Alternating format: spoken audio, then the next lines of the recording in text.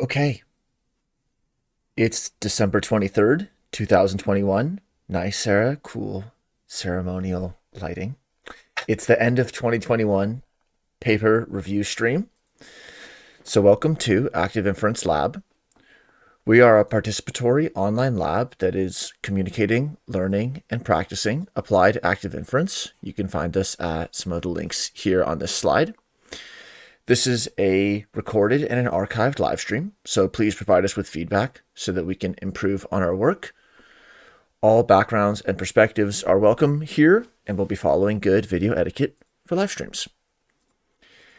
This page shows a snapshot of our website, which I'll also put in the YouTube live chat. And head over there if you want to participate in 2022, and check out this CODA site if you want to see more information on our past and upcoming live streams.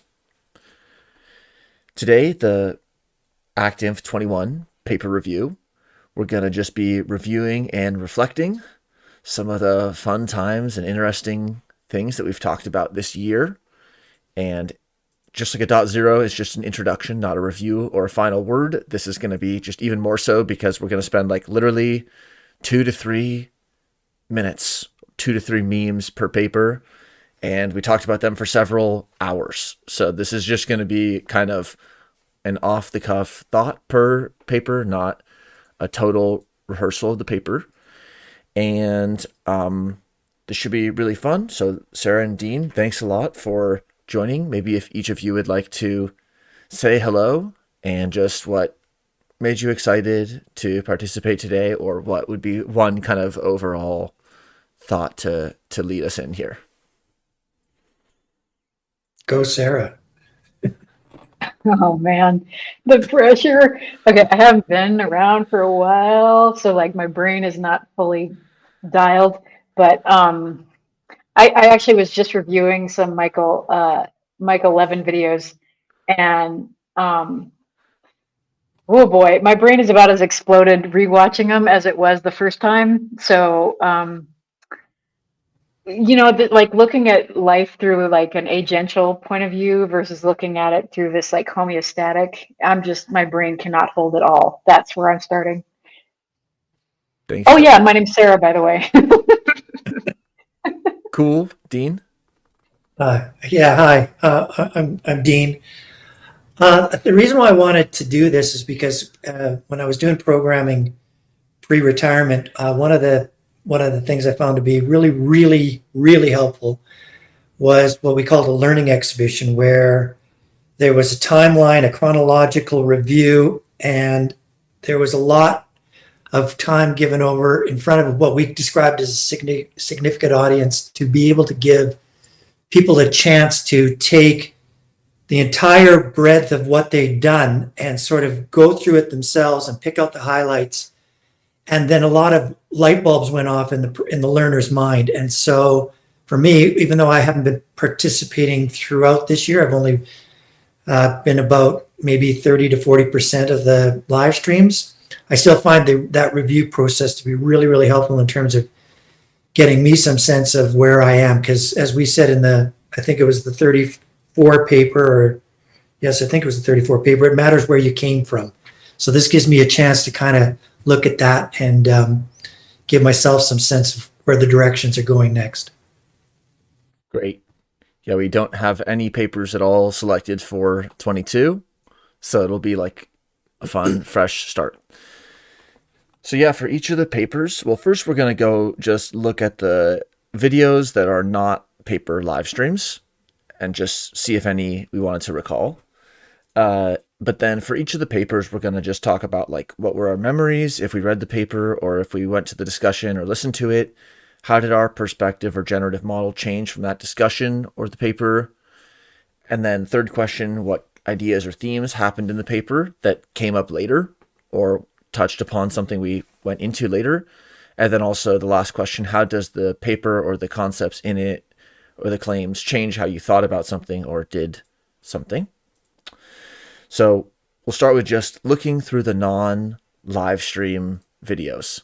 So it can be either you can bring up one of these if you want to highlight one of these guest streams that you liked, We had 13 guest streams, or just total, we can both pass, but the guest streams are just research related to active inference. And so we hosted a really global range in many different sectors of one-off guest streams from 13 different people. And these are like always open if somebody wants to do one themselves or wants to recommend that somebody do one. So do either of you want to highlight one of these streams? Danny, can you remind me who is the gentleman from Australia that was talking about sort of the Philip Gerrans. Philip Gerrans. Okay. Depersonalization and Cotard syndrome. Yeah. Okay. That one I found particularly interesting, just because he brought up things that I wasn't even aware existed. So. Okay, Sarah. Okay, we're past. No worries.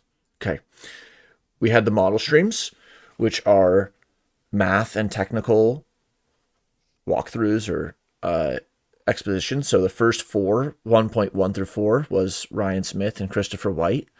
That was awesome. I mean, it's like a 10-hour series, so it's kind of a fun course there. And then a few others. So these were really fun, and we hope to have more of those. And then the last category was the org stream. We had one of those with Richard Bartlett about any kind of organization. And then we had 3 math streams. Sarah, we had great times in math streams. I think it was maybe even your idea to do the first one. So. It was different for me. Yeah. Yep. Fun times. So we're here to talk, though, about really the live stream series. And so in the live stream series, we met once per week, basically every week, and we spent about 2 weeks per paper. So a .0 video would happen at some point before the .1, and that was background and context. And then at the regular weekly times, we had a .1 and a .2, which were group participatory discussions. Sometimes the authors joined, other times the authors didn't join. And we had a few .3s or higher where we really made an extended series.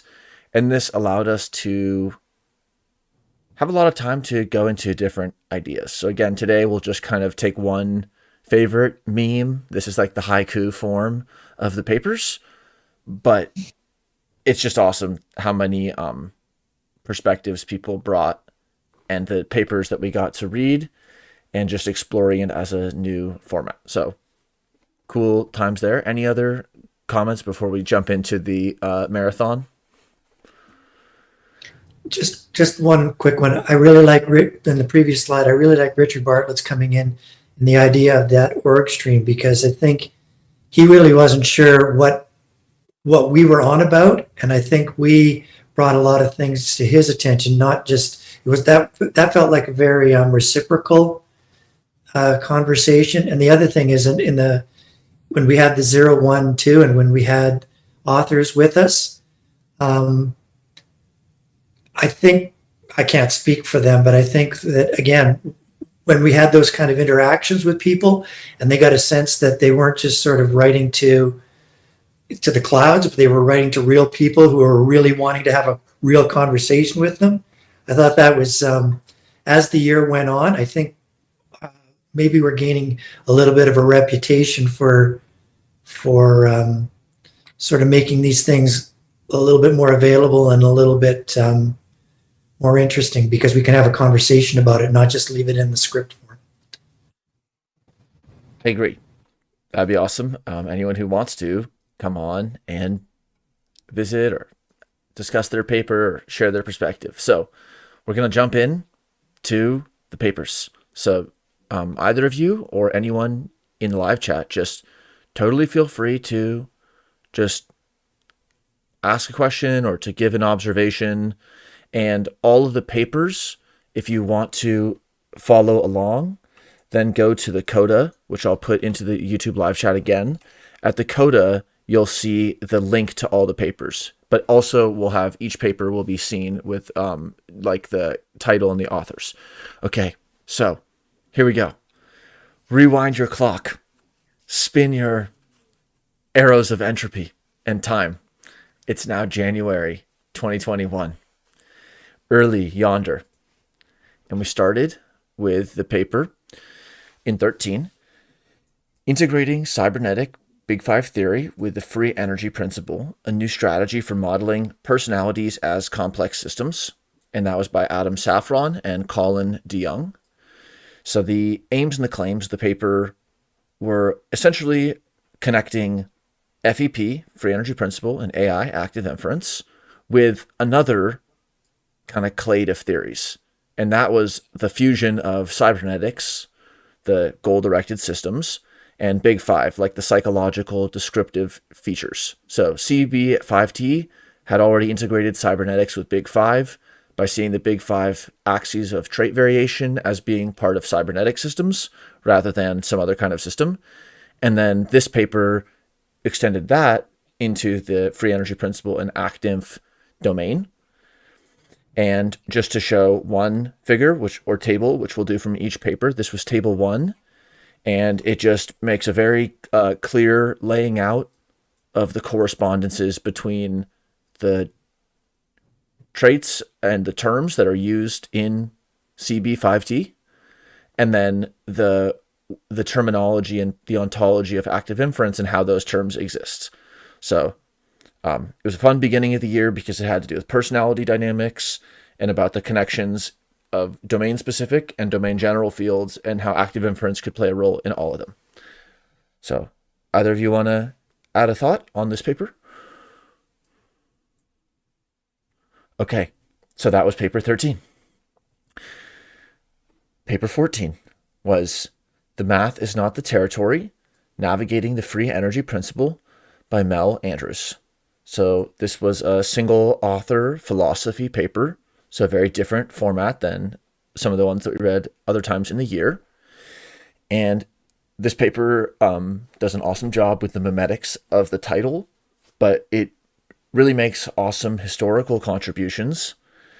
And also there was latter versions of this paper that were updated after our discussions and through other interactions in the community, and also other works by Mel. So just like many things, it's kind of part of a bigger picture. But here the project is to trace out the historical and the philosophical threads that constitute free energy principle and active inference. And so it's kind of interesting because I know these terms will come up in later papers, thinking about, for example, the Helmholtz decomposition of a gradient field into a solenoidal curl component and an irrotational divergent component. So this idea came up in the historical antecedents and the philosophical threads that play into the free energy principle, but it was being approached from a philosophy perspective. So it was a fun discussion. We talked about the history and philosophy of FEP, about what is science, and about how does the work of scientists and discourse with that of philosophers. So it's a fun paper. Any comments on this paper? I got a question for you, Daniel. Can you give me a spoiler alert? Did you resolve the second bullet on this slide here when you guys were discussing this? This one, certainly not like anything like a theory, a law, a hypothesis, or a research program. Yeah. Yes. So I think I forget the terminology of the paper, but it's like target models versus targetless models. And there was some discussion about how it's a source of hypotheses in a different way than research programs of the past. And yeah, it was a cool paper. Kind of feels like the only thing my brain can retain about that was that it was like free energy principle is like an API, and how you apply it is how you apply it. Yes, I think this introduced a lot of, like, the API isn't the territory. It's an interface, agreed, and for other domains, how do philosophers interact with this object? What is their intellectual API for all of What this? does API stand for?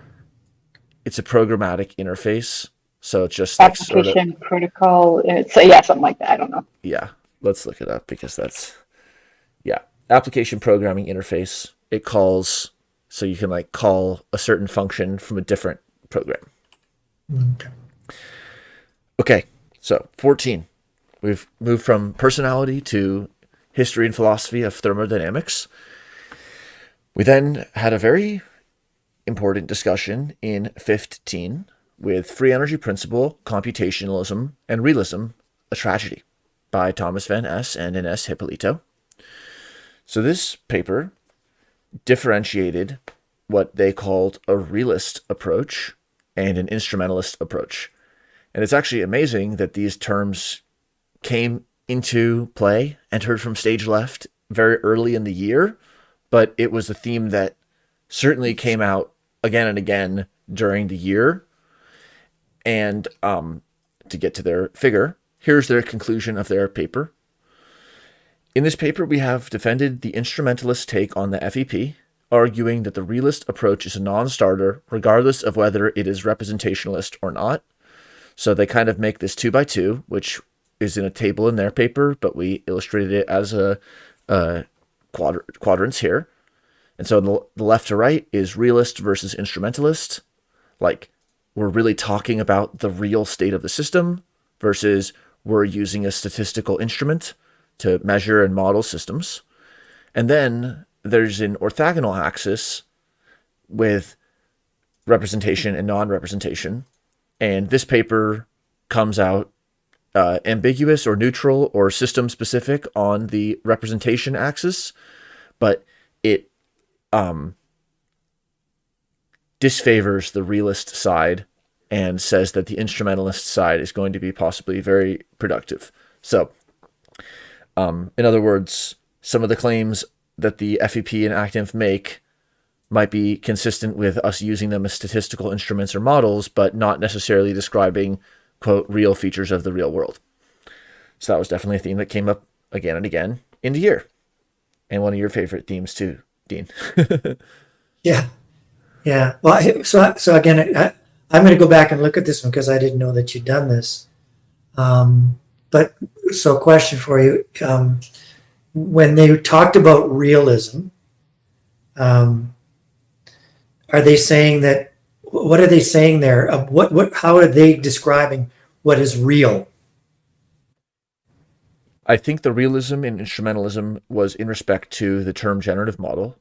So the generative model is literally implemented by a human brain to calculate the potential states of the environment. So that's kind of like brains are doing active inference or brains are doing predictive processing, Okay. versus it could be just an insightful statistical description that doesn't need to be the same as the basis of the underlying process. So like you could use a linear regression on brain data without the claim that that's what the brain is really doing. It's not really doing linear regressions. It's just that we use that statistically. So when we use an active inference model to describe data, is that what the system is really doing, realism? Or is it just a clever statistical tool that we're applying? And that's instrumentalism. So can I ask you one more quick question? Because I know we got a lot of papers to go through here. Have you seen the movie Sully? No.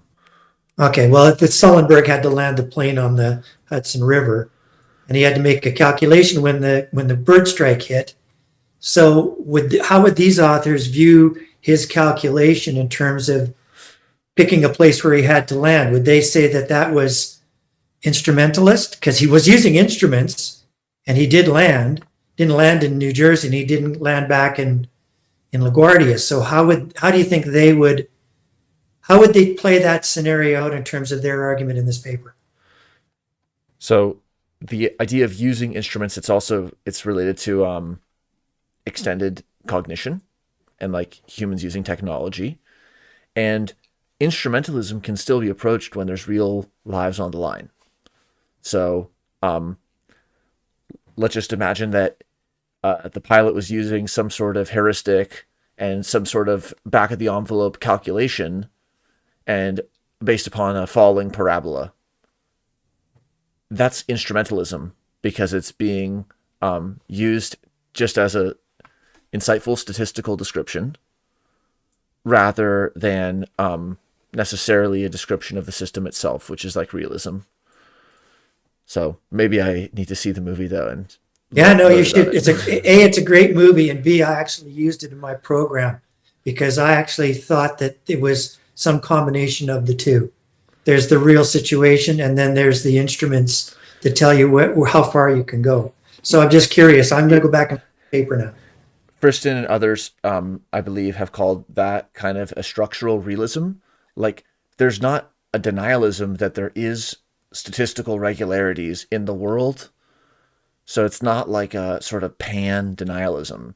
It's just a qualified recognition that we're only going to be able to use observations and we're not going to be able to map hidden states. And there might be special cases where we can, but we need to prepare for the situations where we can't. And in the chat, in respect to Sully, Sid wrote, his decision was mostly intuitive. Instrumentalism over years of internalization is indistinguishable from realism. Very wise by Sid. So let's go to 16. 16, we switch gears to Wanja Visa and Carl Friston's paper, and Wanja joined us in these discussions on the neural correlates of consciousness under the free energy principle, from computational correlates to computational explanation. So this was another example, it's kind of like 13, of taking a topic that's an important debate or an ongoing area of development in some area, like personality sciences or neuroscience here, and then see what can be gleaned or added by fusing it with FEP. So the neural correlates of consciousness is people looking at how different anatomical and functional and informational aspects of systems are associated with their capacity for awareness. And it's a big area. We kind of reviewed a few different ideas about it in the videos. To summarize up the argument and the contribution of this paper, they wrote, in short, it may be more useful to consider the system from the point of view of the extrinsic information geometry, probabilities encoded by internal states, than from the point of view of the intrinsic information geometry, the probabilities of internal states. So we talked about what that meant and what the implications were about whether the systems with conscious awareness were those that had potentially some kind of informational signature in how they worked. Like a slot machine, there's going to be some sort of statistical description of it. And is there something that might differentiate a slot machine's actions from a human pretending to be a slot machine? Are we just in a world where we can never tell? Or might there be some sort of way that with the right statistical analyses, there'd be some feature? And of course, that leads us to questions like what is alive, what is awareness, what is consciousness? Suffice to say, they were unanswered, but we had really cool discussions and explored how a few different formalisms from ActInf and FEP could play into this basically eternal discussion. So, any thoughts about this paper? Okay. 17, we stayed in the kind of trippy and interesting science domain with the paper of Fields and Glazebrook called Information Flow in Context-Dependent Hierarchical Bayesian Inference. So Chris Fields came on for 17.1, and it was really a memorable discussion. And 17 was also where we met Shauna Dobson, Chris Fields' collaborator. And this paper was really using active inference more in the discussion as sort of like a concordance or a harmony, and less of a fundamental building block of the paper. And they, in this paper, used the concepts of quantum contextuality and category theory and Bayesian inference to put them all together into a new way of modeling systems. It doesn't look like I pulled out a second image for this one, but they had the cones and the co-cones, and it was all about frames and meaning and semantic flow, and It was just a very interesting discussion.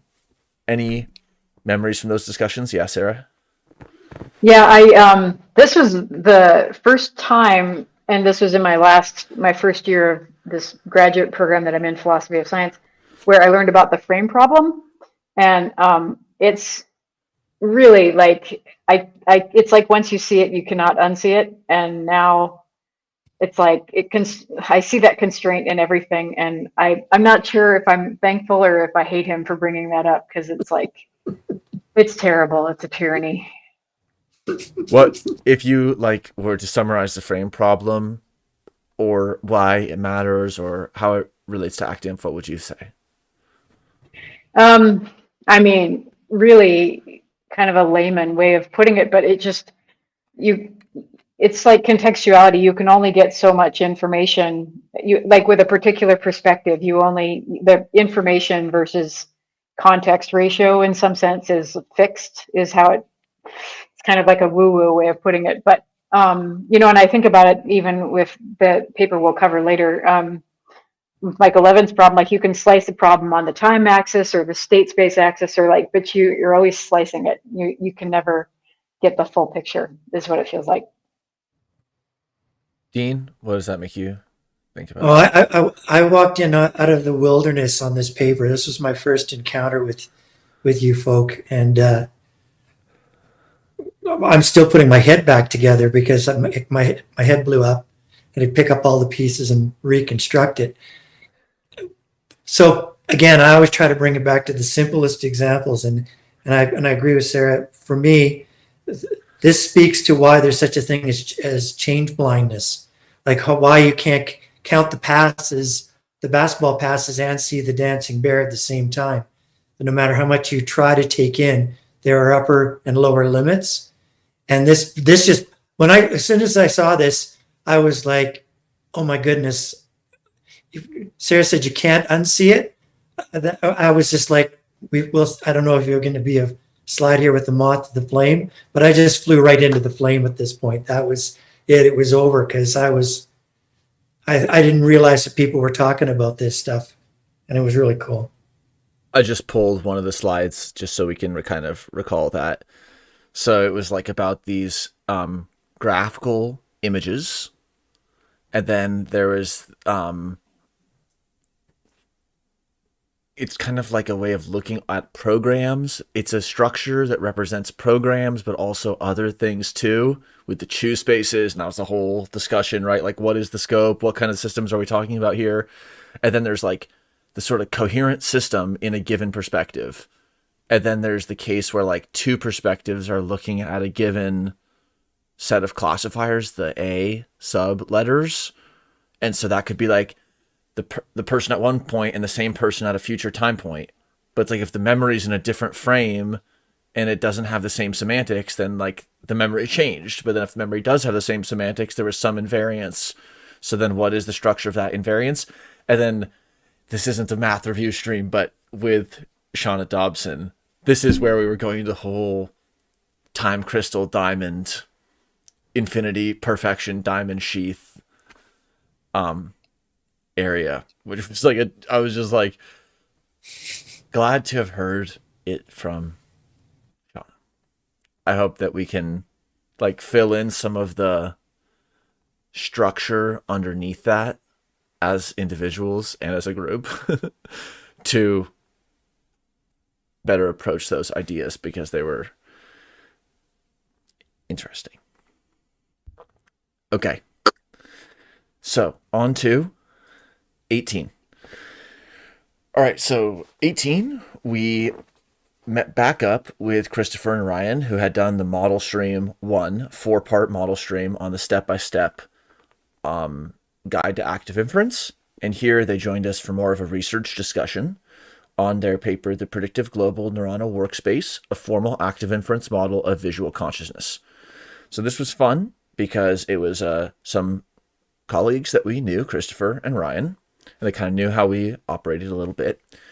And then we were talking about consciousness, but in a very operational or instrumental way, whereas the previous Visa and Friston paper was much more about like the metaphysics of consciousness, even though that was also being approached in somewhat of an operational way. But this paper was very much focused on the neurophysiological observables and the specific access consciousness, which is specifically just the parts of consciousness that we can report on. And then they, kind of like paper 13, took a big idea in neuroscience, which is the global neuronal workspace, the GNW model, and the predictive, anticipatory predictive processing paradigms, kind of took the fusion previously of those two ideas, like cybernetic big five, and then combined that with active inference. So we're kind of like seeing some scaffold structures, Mad Lib structures by which people are contributing to active inference research and also staying integrated or bridging with other fields. And one of the figures that really summed up this paper was figure 3.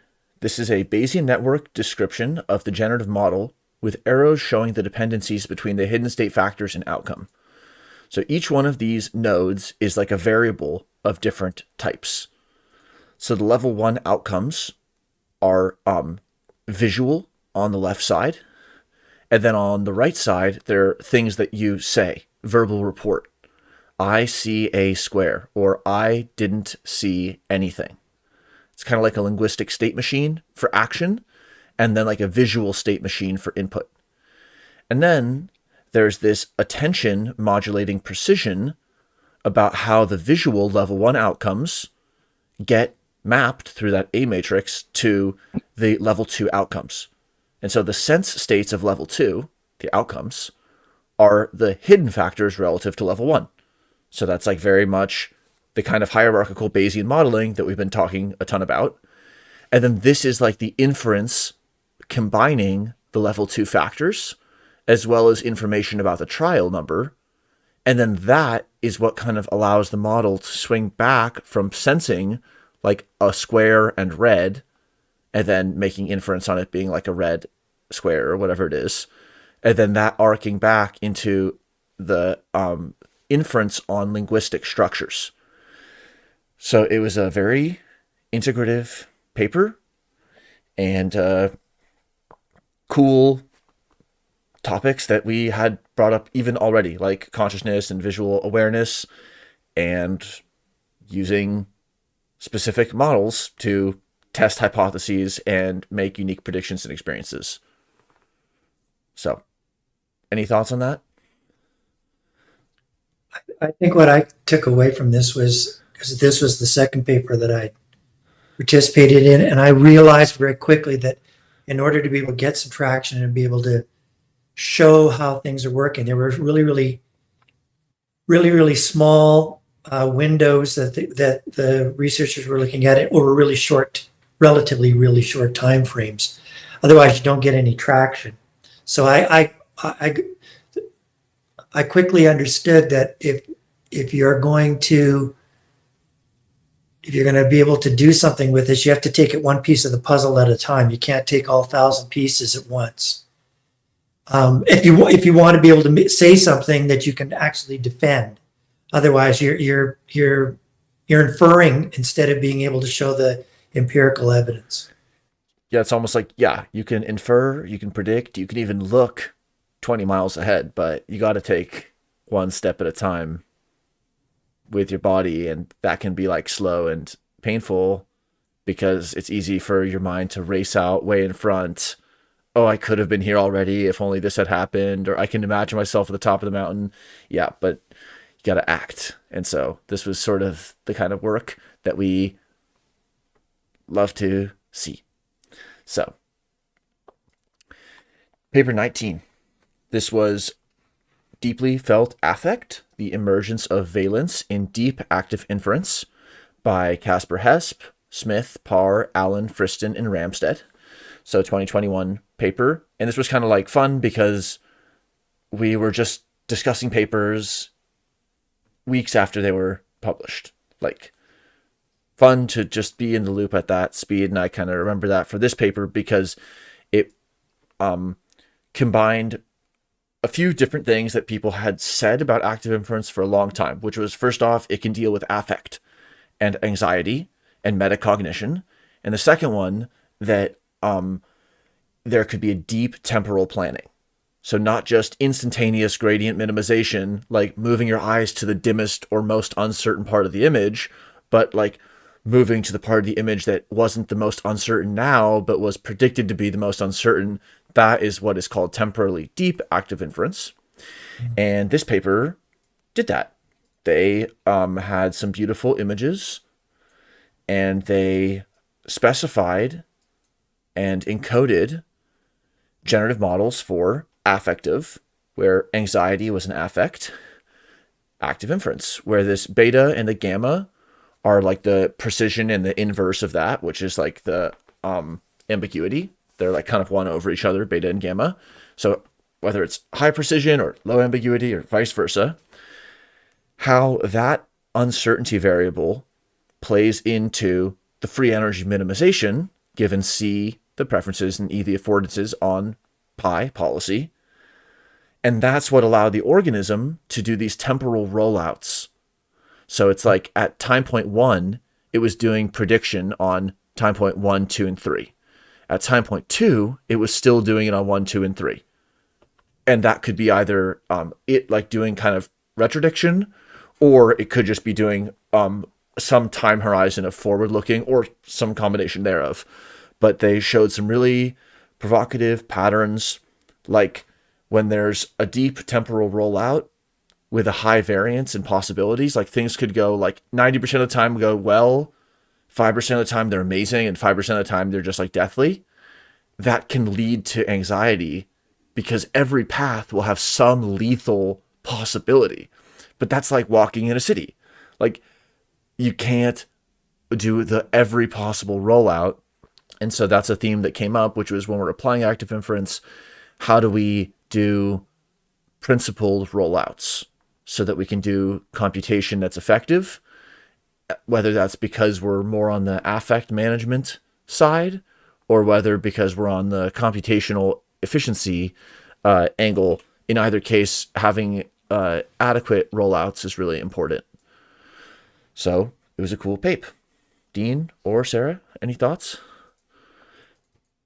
I got a quick one. I think where this was really interesting for me is that even though things were laid out in a step-by-step, like a step word way, in order to be able to explain what Casper and the other authors were looking at, it introduced the idea that, as you mentioned already, Daniel, that there was availability factor as well. Feelings determine what you made yourself available for, not just how precise or how much attention you could give over to something. So although the way that they showed the model was step sequentially, the affect piece of it said, so what, even if you're present and even if you're counting out the number of time steps, what else is going on here? And talking with Casper about that was, I thought, quite enlightening. Yeah. Awesome discussion. So paper 20, we discussed The Emperor's New Markov Blanket by Jelle Brumberg and Christophe Delega and Joe Dewhurst and Manuel Baltieri. So this paper was cool. It was on our Markov blanket theme, as well as our qualified criticism and improvements of ActInf and FEP. This paper did two things as they lay out. They also did something similar to paper 14, Andrew's paper, with a bit of a history of science recap of kind of how we got here, which came up in Axel's paper 34. But this is more of a philosopher's how we got here history story. And they trace the development of Markov blankets from Bayesian statistics through to where they got to where they are in active inference, even though the actual citation history, I believe, much more will be learnt than we know at this point.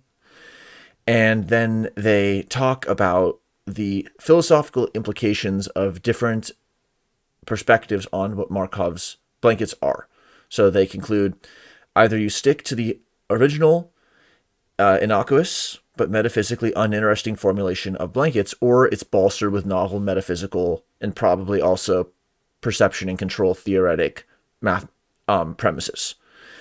As we saw, some of those premises were indeed fulfilled in 2021 with paper 26 and paper 32.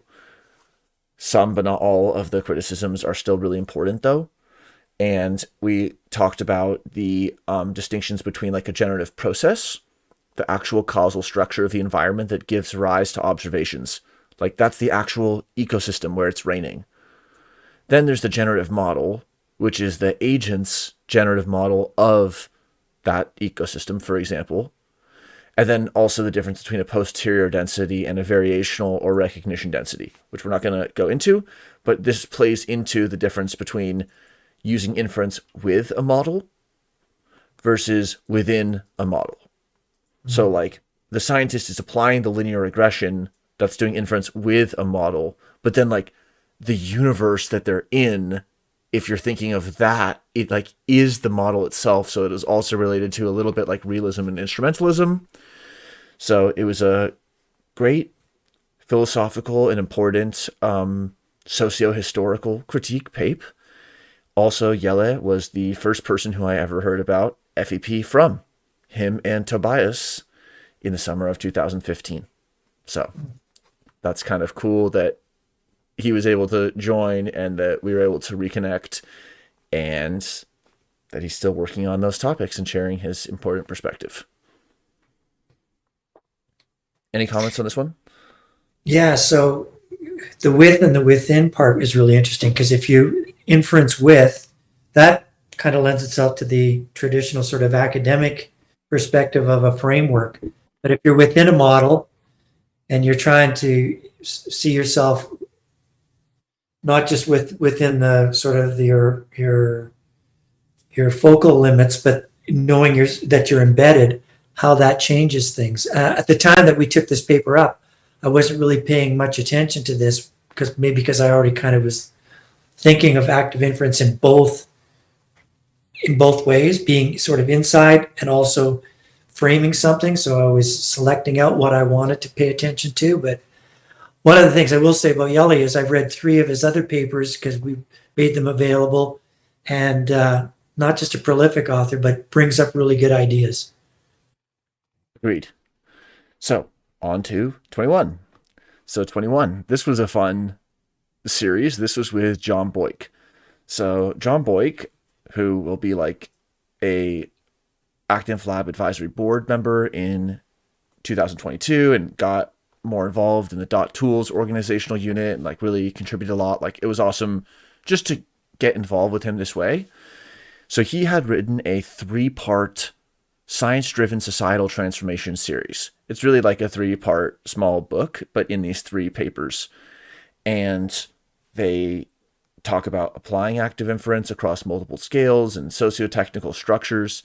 And I picked out this slide because this one, instead of a regular .0, where like a few of us will kind of collaborate and do just a quick run through of the paper, he and I did a 4-part .0. It was .01, 02, 03, 04 with this long Jamboard sequence where he really broke down the whole paper and we walked through the whole Jamboard and just did a really long lead up. And he talked about social transformation and about how active inference plays a role in that in multiple different capacities, from the integrated systems modeling to how we think about social systems. I don't even think we can go into the sub details, but also it was cool because it was like a work in progress, as any proposed R&D/transformation platform would have it. So this was a fun discussion with John Boyk, and it's cool that we got to work with him a lot this year. Any comments? Okay. Wasn't part of that. No. That was fun though. Okay. So 22. I think I remember If not both of you, then certainly you were there, Dean. So 22 was with Alex Kiefer, single author paper from 2020 called Psychophysical Identity and Free Energy.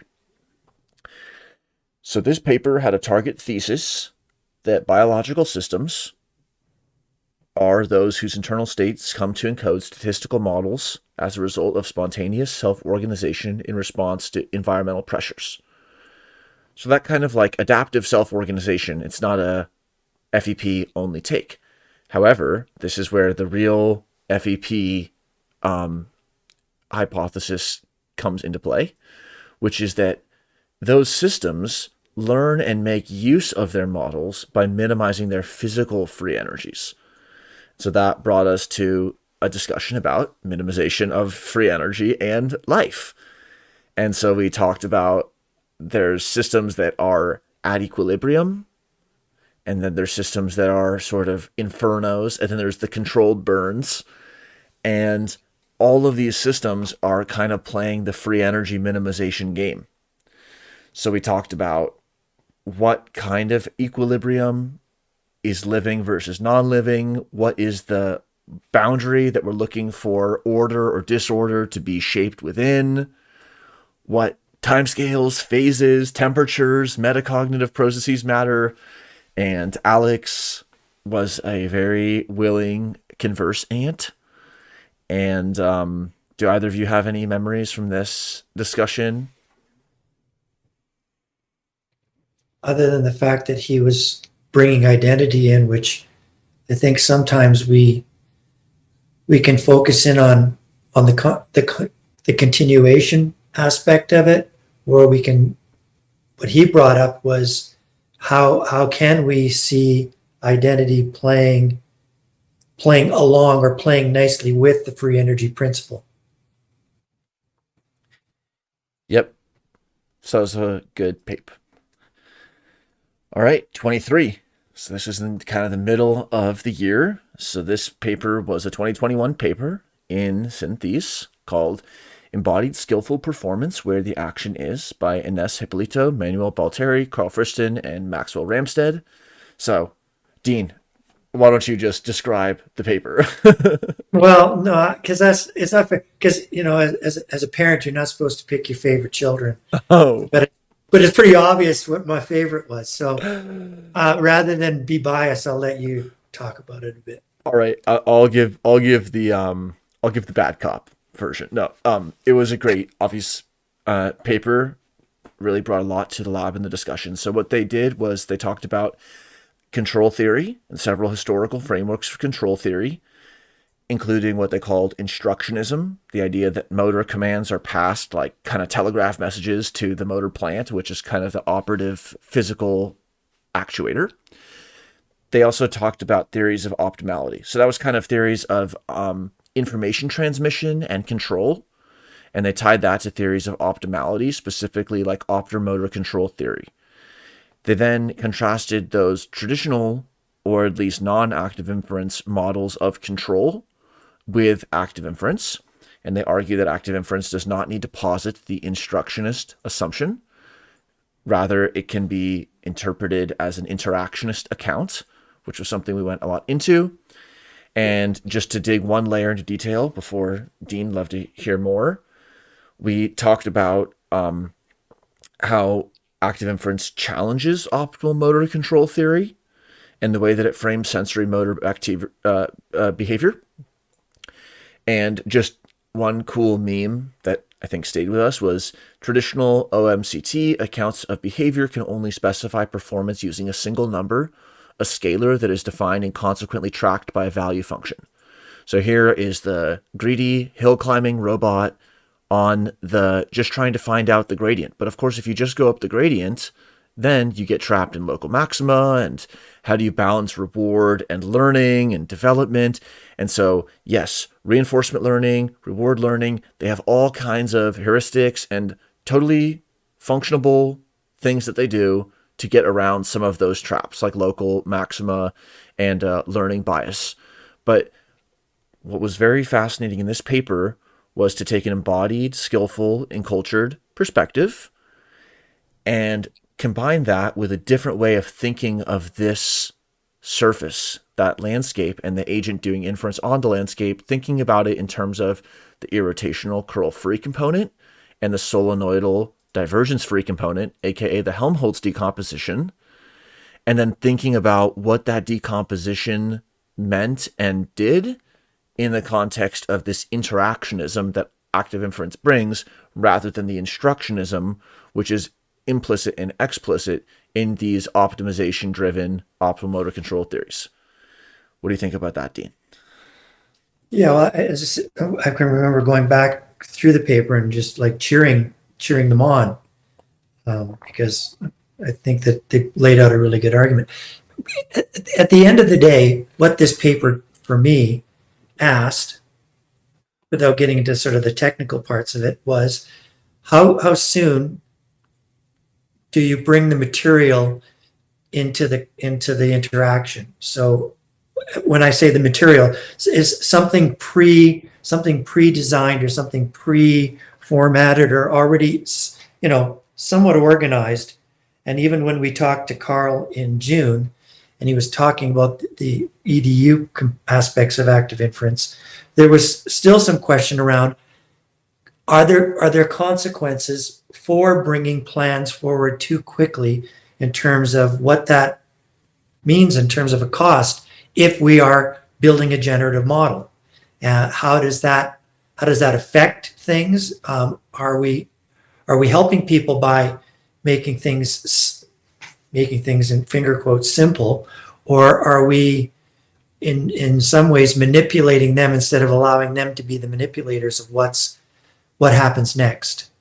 So again, if the way that we this year, or the parts that I participated in, which included a 0.0 and a 0.1 and a 0.2, emphasized the part of interaction as opposed to just simply somebody preaching and another person being in the choir. I thought that this paper was reinforcing some of the methods and some of the ways that and processes that we've enacted. So I was really, really appreciative of that. Yeah, a lot of the discussions about education and about the course and about onboarding and accessibility and learning of active inference and the ontology development, we really brought this idea back. Like, are we interacting with people who know different or less or more, or are we instructing? Right. And how does that change the system's design? And hint, hint, it changes everything. Okay. Oh, I thought we said no spoilers for the... Right. Yeah. Okay. So, 24. This was a paper by Dmitry Markovich and Stojic, Sarah Schwobel, Stefan Giebel. The paper was called An Empirical Evaluation of Active Inference in Multi-Armed Bandits. So Dmitry and Sarah joined for the discussions, and that was really awesome. What this paper did, it was a lot more like a traditional machine learning paper in its structure. They provided an empirical comparison between active inference and two other state-of-the-art machine learning algorithms, the Bayesian upper confidence bound, UCB, and optimistic Thompson sampler. And they applied these three different algorithms, the ActInf and the two other machine learning algorithms, in two different challenges: the stationary and non-stationary multi-armed bandit problem, which kind of maps on to like basically being in a casino and figuring out which slot machine has the best return through time, kind of like investing type problems, but also it maps onto a ton of different other domains. And here's a representative figure 5, where they were looking at those different algorithms, the Thompson sampler, Bayesian confidence bound, and the approximate active inference agent. And then they were looking at the case of the switching multi-armed bandit. So the rewards were changing and the difficulty was non-stationary. And so listen to the discussions and read the paper for more. But there were certain cases, not every single case, but certain cases where the ActInf agent did really well. So that was cool because it just sort of showed a path for a kind of paper which I hope we have 100,000 of these papers and frameworks that make these kinds of results more accessible. because it was like, hey, if you're working on this kind of problem, maybe try this kind of model out. So that could be kind of cool. And this discussion, we talked a lot about the technical aspects and some of the code side, because we had talked a lot about philosophy, metaphysics, and activism. We had talked about some of the math and the analytic modeling. And this is where we talked about some of the numerical and computational elements of active inference. Okay. Sarah's back for 25. So 25 was the computational boundary of a self. Developmental bioelectricity drives multicellularity in scale-free cognition by Michael Levin. Sarah, do you want to maybe summarize the paper or give just your overall thoughts on it? I don't know that I could ever do justice on a summary, but I think the thing that I took away from it, or the thing that felt like a novel kernel of thought that was like, in the name of brain conservation, the only thing I wanted to take with me was this this idea he had of a cone as a kind of a conserved quantity between different ideas of the individual or different species or cell level, like however you want to construe the individual, that this creature, living form of some sort, has an ability to imagine versus an ability to enact, and that those two kind of opposing or orthogonal considerations are somehow possibly conserved between different levels of organism. And I just thought that was brilliant. So that was like the big thing for me. Yes. So there was the one figure with a bunch of different, there was the aliens and the ant and the flea and the human with the different cones. And we talked about time cones. And then here was a slide from questions for 25 too. And so there's this example of the ant colony. And it's like, which one of these levels is alive, or scales, or however you want to call them? Like a cell, the nestmate, the ant, the colony. And it's like, well, the cell will survive if you put it in the right media for this amount of time. But the nestmate will survive if you put it in this media for this amount of time. Okay, but then the colony survives lifted from its environment only for this amount of time with this kind of stability. It's like, where are you going to stop? Are you going to just, pull out New Mexico and put that into a test tube? So what is the living system? And how do we talk about systems that have radically different cognitive architectures? What is the role of bioelectricity in rapid basal cognition, the kind that might be influencing the formation of cancer and development and biofilms? So just, yeah. And so you and Blue did an awesome job on these streams. Yeah, Blue did an awesome job, but I really enjoyed it. Oh my God. His ability to like extrapolate from 1,000 different points of view, just wow. It was great. And I really like that he doesn't, he's not, it might seem in the paper that he's like making a commitment to what an individual is or whatever, but in fact, the way what he's trying to propose or how he's trying to think about it is resisting that temptation to commit to, this is living, that's not, and things like this. It's wonderful. It's a good way to jump into a different paradigm, I think. And also maybe at this point, a little bit more than halfway through the papers, thinking of multi-scale individuality, like everyone who came on was awesome. People did like really well. No one had any massive unforced errors. So that's like one low bar to clear. Like that didn't really happen because that could be devastating. I had literally only 2 hours sleep that night. I mean, it was like the worst night of my life. No, not of my life, but I was really, and so I was actually looking at that video, the old video, and I'm like, did pretty well for 2 hours. Yeah. So, but beyond just no blundering, people really showed up and blazed way in a different kind of format. Where were these journal clubs 5 years ago? I don't remember them. So everybody who really stepped up and did it is amazing. And I hope that they Yeah, like inspire others and that everybody else feels like maybe being on a public recorded live stream is not the exact affordance for you. That's totally fine. But if you think it is the affordance for you, then like you should do it. I just want to put a plug in for like getting more like if I could get Michael Levin and this guy Scott, I can't remember his name. I'm sure he knows about him. But he's actually doing termites. He did studying termites, and the relationship between these living forms and versus how they, niche construction, how they affect their environment. Um, I have this dream of like getting people that have these complementary or even a little bit opposing views in a room and then doing live streams with those people, like more than just one person. So they're not just inundated with just their point of view.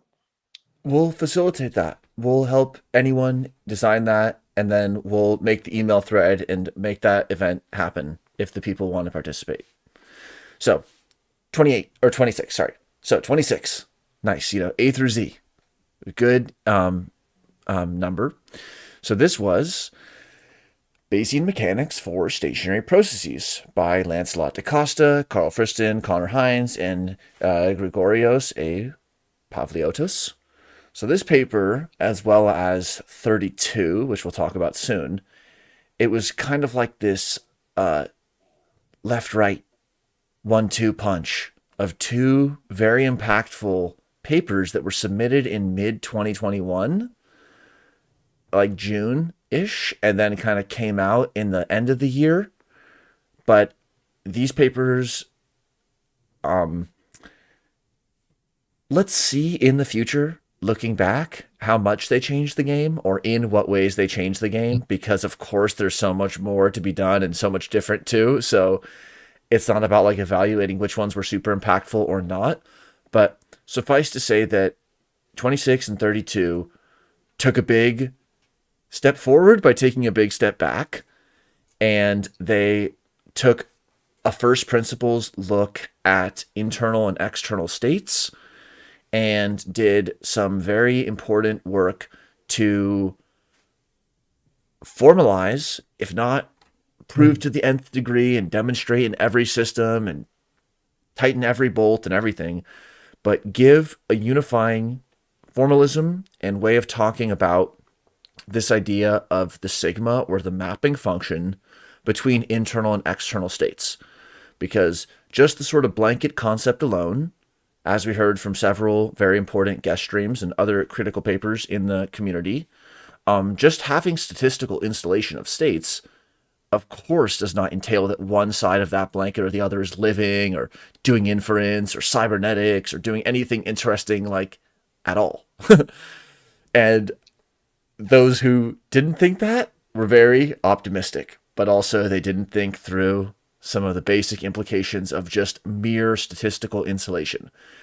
And in 26, the mapping function, the sigma, brings in the idea that even though the Bayesian graph representation might have statistical insulation between internal and external states, in fact, that's their definition, there still may exist, for certain classes of systems, a map, sigma, that means that internal states could be at least acting like they're doing some sort of inference on external states, which is one of the big pieces that's required for the ActInf formalism to have any sort of, not just biological validity or realism, we kind of burnt that bridge back in the Hippolito days, but just to be like statistically coherent. So it's like, if the linear model doesn't have internal coherence, like the program doesn't run, it's not like we're having the debate, is the economy a linear model or not? We're saying it's not, or it could be, but we're not going to use a linear model to make that claim. But this is just like at the level of the linear model working. So this is getting the theory working in a way where it wasn't previously. So that was a fun discussion. Dean, any thoughts on 26? Did you, I don't know if you remember when we had Connor back in the 32-3, and I asked him, straight up. I said, so when you're looking at this mapping thing now, are you looking at a sort of a tight focal point, or are you looking at the big picture? And he said, we're looking at averages. This was what I was asking, because this paper, you said game changing. I think what this did is it brought high definition.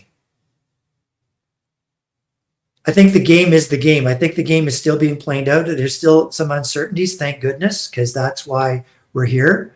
But I think the definition and the high definition and the contrast that this paper and then the 33 paper, both of those, just the level of detail they were able to sort of pull through in those formalisms and try to speak to what that synchronizing map, what they believe it is mathematically, that's what I appreciated. With the funny and the high res and the game changing, it makes me think about like watching tennis, and then the TV is better, so it's like, nope, that tennis ball is just fuzzy. Like, exactly. You can't 8K your way out of that one. Right. And I think that matters, because I mean, there's a part of me that wants to explore. And there's also things that we don't need to go over again and again and again just to prove that we can. And I think that some of the papers, we had the good fortune of having the authors come back and say, I think we can lock this part of it down, right? They're not saying that the whole thing is done and complete and go to bed now, but there are aspects of this that we can be pretty confident that we have. Now, of course, a housekeeping rule was introduced. Okay, so it's not completely locked down either, but there's certain parts of this now that we don't have to guess so desperately, I guess is how I would describe it. Yep. So, 27.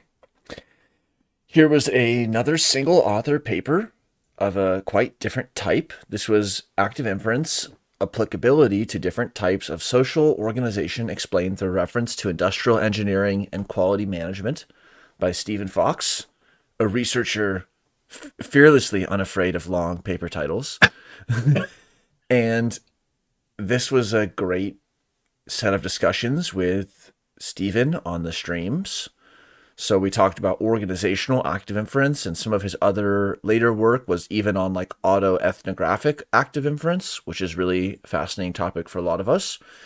And we talked about the quality management system and about perception and action in like these extended cognitive systems.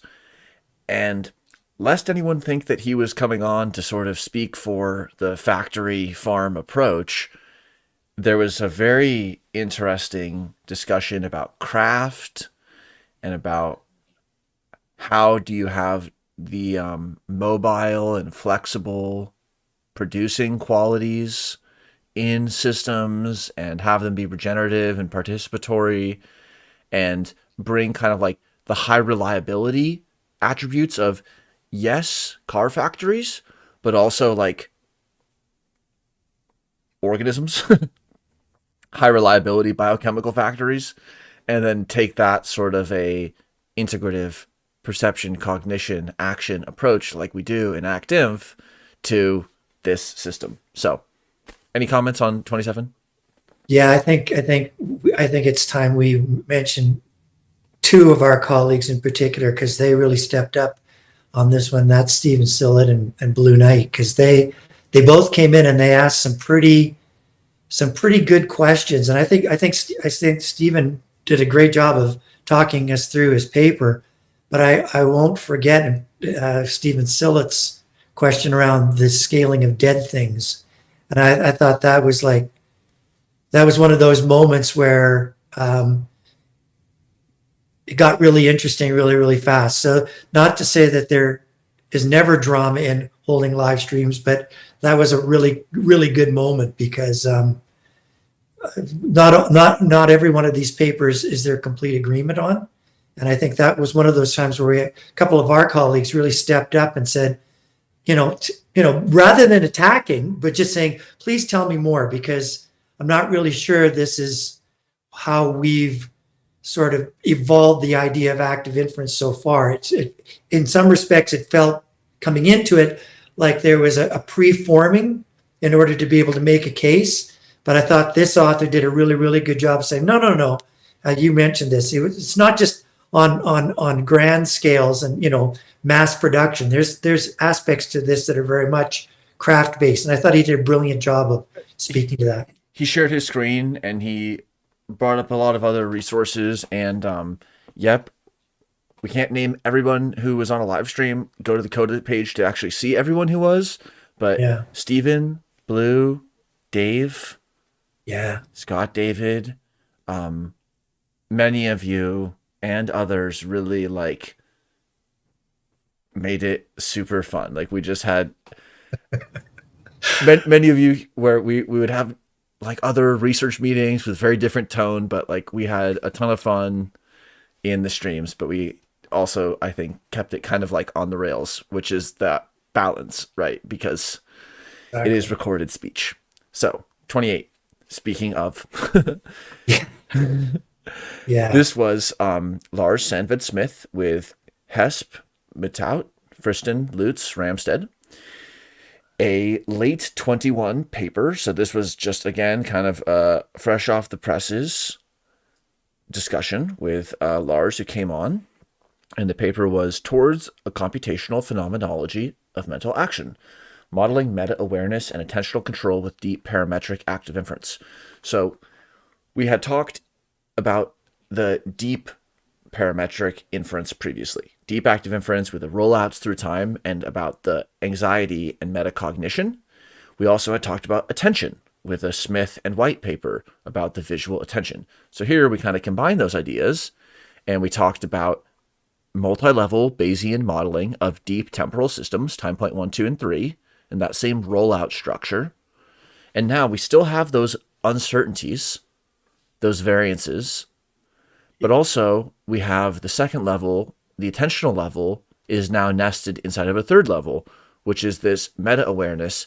How aware am I of where my attention is? So again, that first level is the perceptual level, then the attentional on perceptual, and then the metacognitive on attention on perception.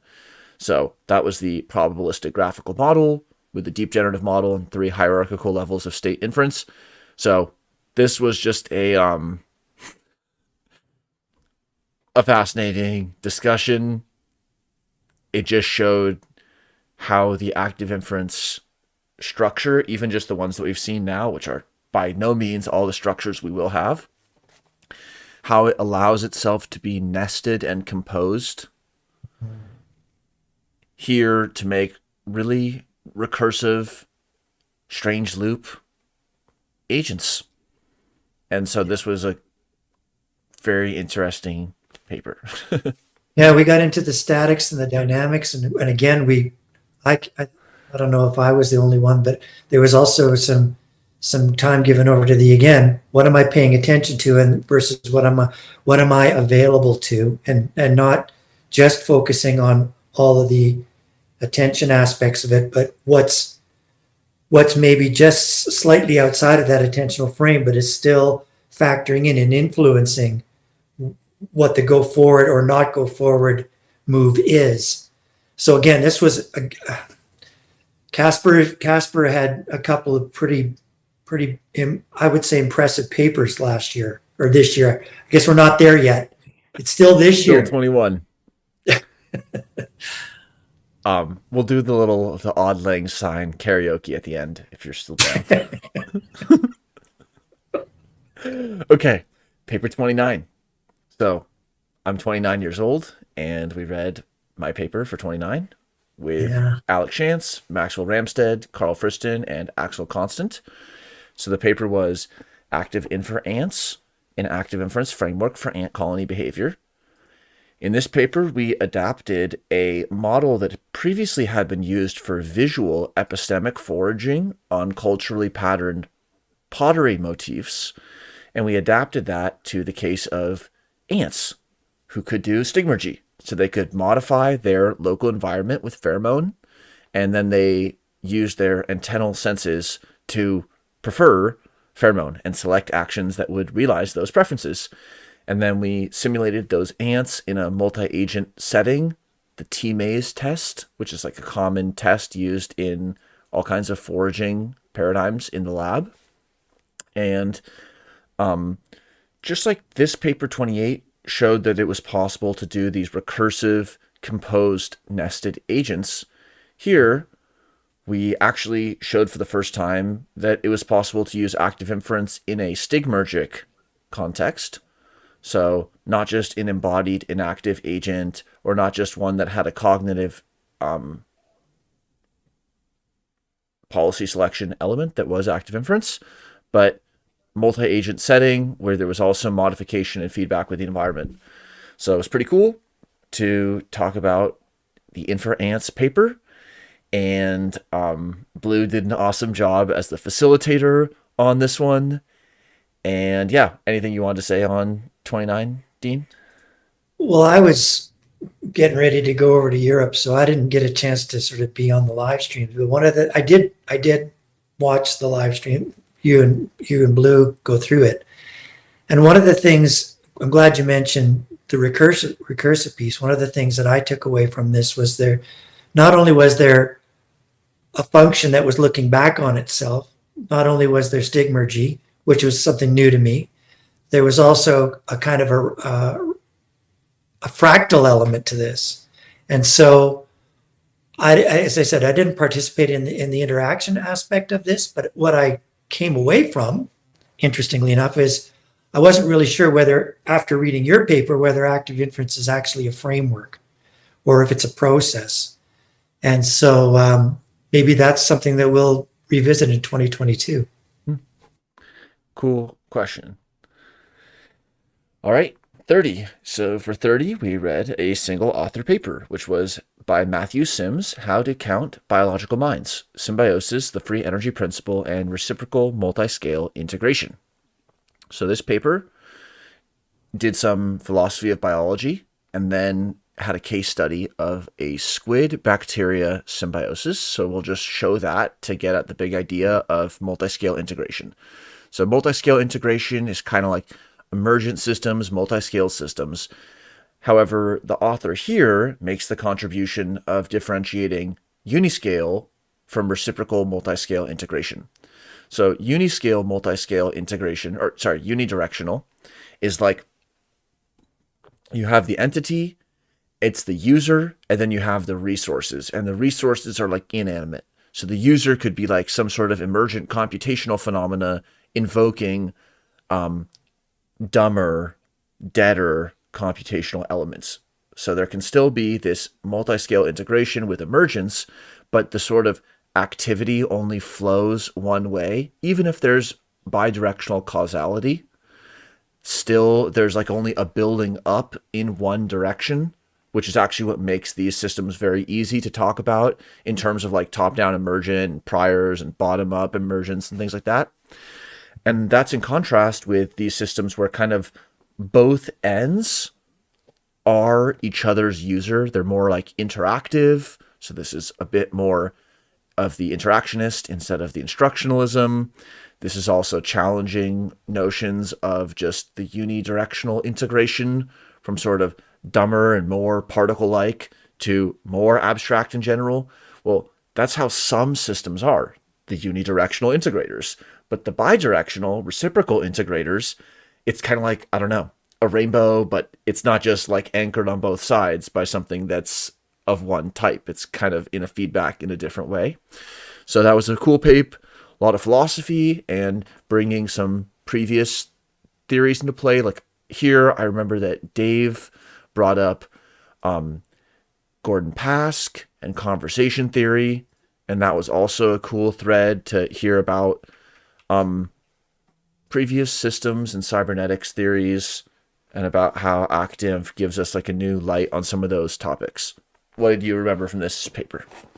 I was watching you guys and really enjoying it because I had some barley courage. I was enjoying sunsets in exotic places and what I really liked was the fact that, as you say, the reciprocal multi-scale integration isn't just feedback, it's feedback and feed forward. And that whole parallel process and bidirectionality piece, I think it was really important to sort of make that explicit and say, this is what sophistication means. I mean, it can be less than that, but when it's at this level of bidirectionality, as you said earlier, that's a whole different game. So, Yep. kind of wish I was there, but I also was pretty happy with where I was. So. You were in a good spot, my friend. Yeah. Okay. So, home stretch. All right. 31. Yeah. We read the paper from 2021 by Patricio Palacios and Matteo Colombo called Non-Equilibrium Thermodynamics and the Free Energy Principle in Biology. So this paper was investigating the statistical physics, historical and conceptual, and dynamical systems, historical and conceptual bases of free energy principle. They focused on primarily the 2013 Life as We Know It Carl Friston paper, which is kind of a big target. It's like the Death Star of FEP. A lot of fighters have approached it, even though things have changed a lot also in the last 8 years. Right. And this paper approaches 3 areas that, as we kind of found out in the discussions, like they're not death knells for FEP. They're kind of like critiques where they're areas where it's good to have our attention. But that doesn't mean that they're lethal criticisms, nor that they've been solved either. And that was basically the challenge of the pre-stated phase space for open-ended biological systems, the role of ergodicity in biology, and the challenge of associating homeostasis and allostasis behavior with attractors in those phase spaces. So many of these terms, like about the generality and the applicability of FEP, ergodicity, a lot of themes that came up a bunch of times in the year, and some good discussions. I remember Maxwell came on this stream and was on others as well. So what do you remember about it?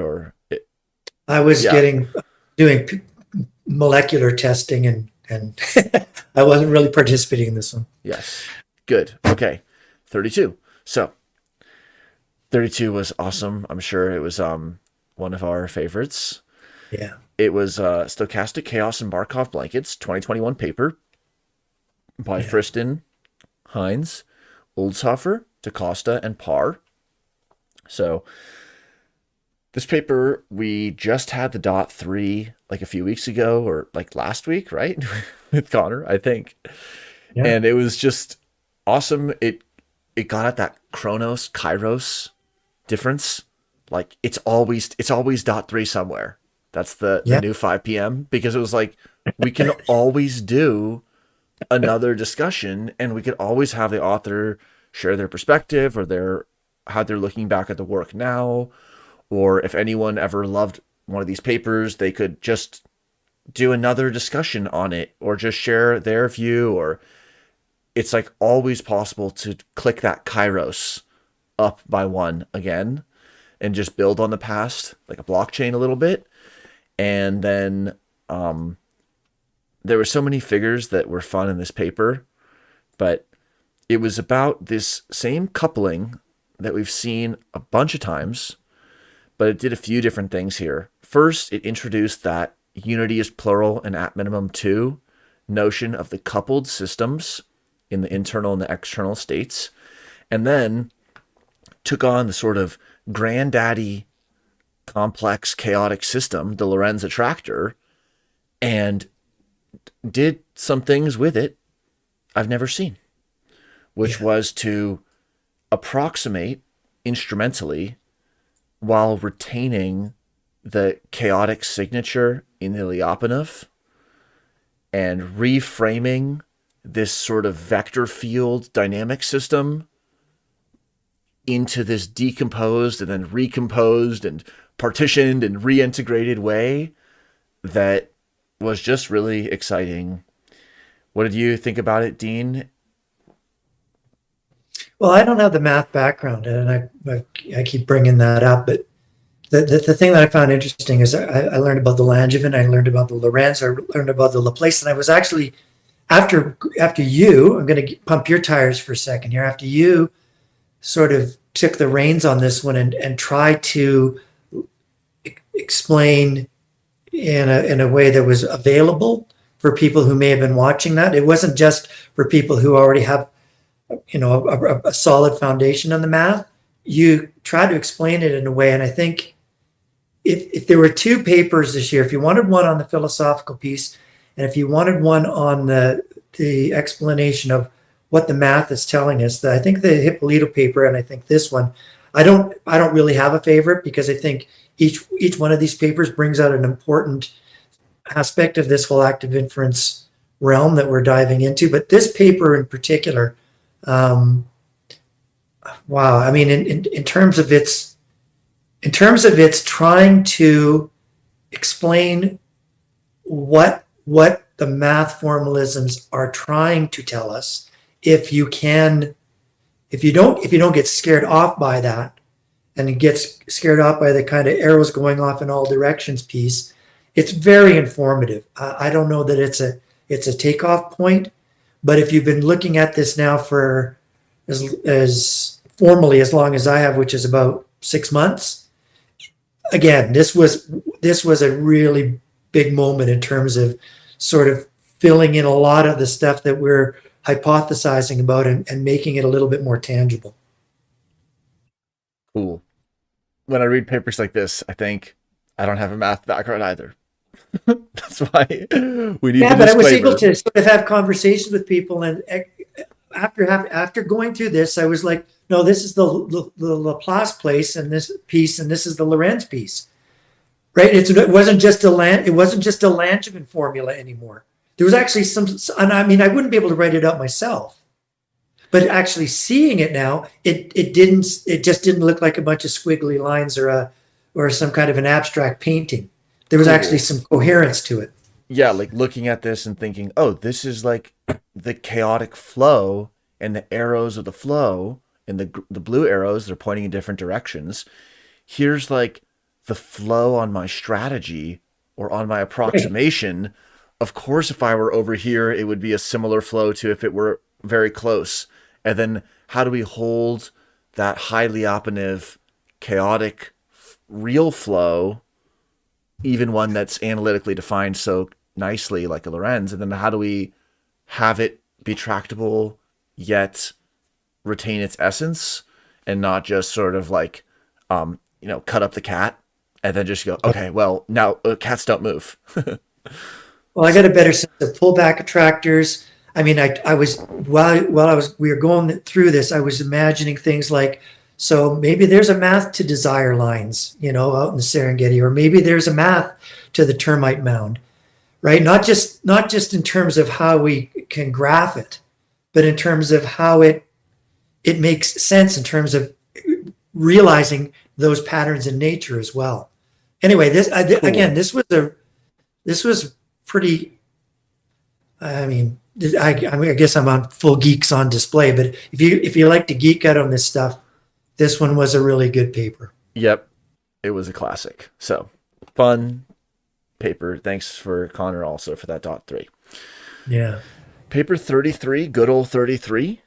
We turned to one of our lab colleagues, to Serval, aka Avel Gwenin Kalu, for his paper as part of like a really broad and creative research program into social and historical dynamics that he's a part of.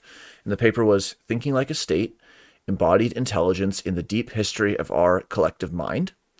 So also, as with many, many other streams and papers, Blue did awesome work on this paper and presented on some work at some conferences. So awesome job, Blue.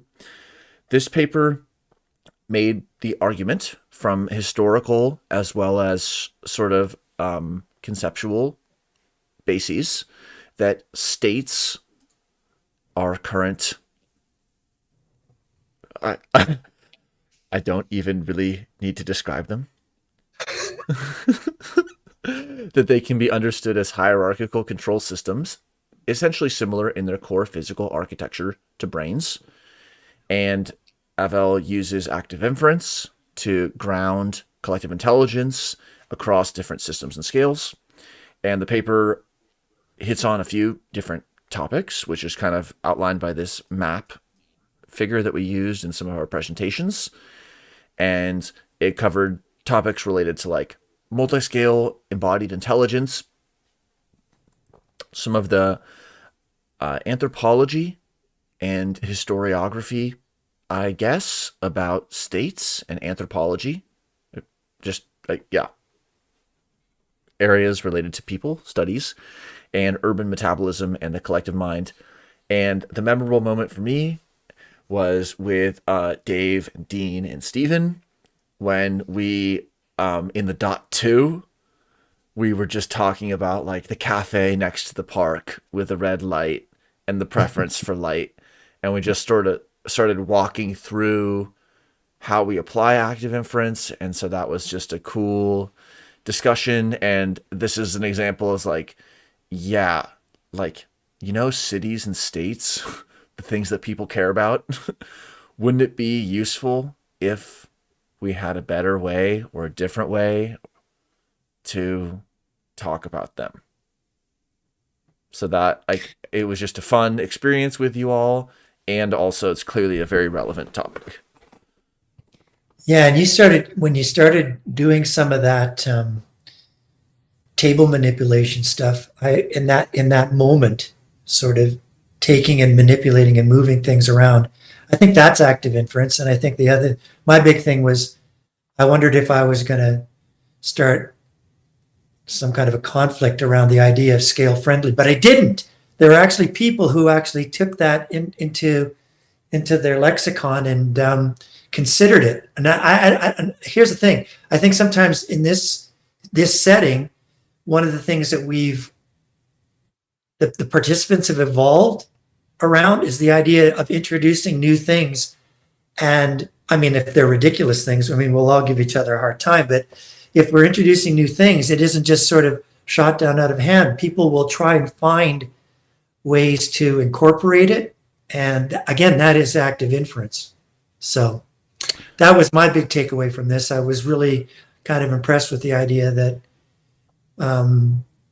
bringing something in that isn't necessarily citable, but something I think has to maybe be included, kind of like a housekeeping rule. And I'm no Carl Friston, but there were other people on those live streams who kind of went, "Oh, okay, well, maybe we need to consider that when we're talking in this context." So. Yeah. Oh yeah, not mentioned during this stream was the symposium where we just published the transcript with the DOI, so that was very exciting. And yeah, I think scale friendly, I liked it because it gives agency to the doer instead of passivity to the thinker. It's like, right. It's a scale-free framework. It's like, oh great, so it's in a museum and you pay money to see it and it just figures stuff out for you, right? It's scale-free. It's like, it's perfect. It's like, it's scale-friendly. You can use this actively, but you got to be friendly to it as well and use it like anybody else would use a dynamic resource or asset to, it's like, it's Mount Everest climbing friendly. As far as climbing pins go, it's the one you want. So like, it just totally reframed it's a Hudson River moment. Honestly, it honestly is. I mean, that's not a landing pad, but I mean, it's friendly enough, right? In a moment of crisis, that's an example, I think, of what we were at least entertaining. Doesn't mean that we have the math for it yet, but we were entertaining it. Yep. So yeah, and everyone else who like brought in, like, that was the fun of the participatory approach. And I know that we're only beginning the voices and the perspectives that we'll hear about on the stream and the papers that haven't been written yet. That's what's fun. The beginner's question and the domain specific criticism and the philosophical and the personal and the way that it can come together. And we can do that spontaneously and align with our values and also just meet each other and help others who are learning. It's really special that we got to do all these streams. So 34, the last paper that we read this year, which was the free energy principle. It's not about what it takes, it's about what took you there, by Axel Constant.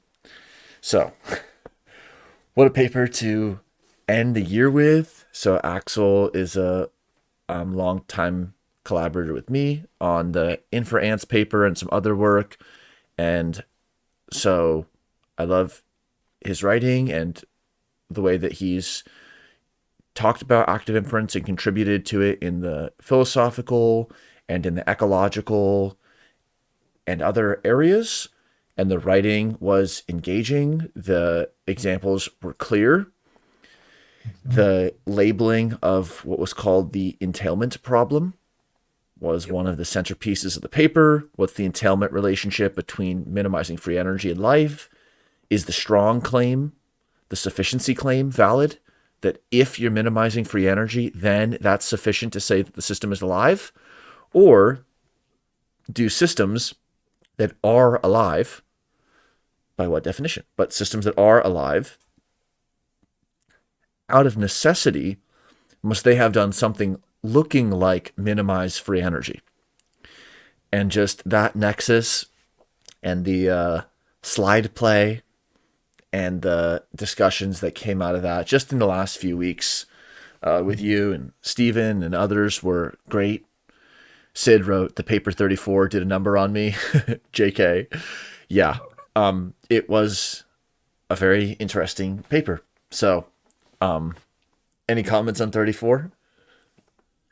Well, I think the best compliment I can pay 34 is just to ask people to make sure that they get a chance to look at the paper.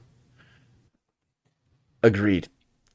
All these papers, I think, are read worthy, and we hope that you'll raise up important papers to read next year. So I'll just kind of close with this slide. For 22,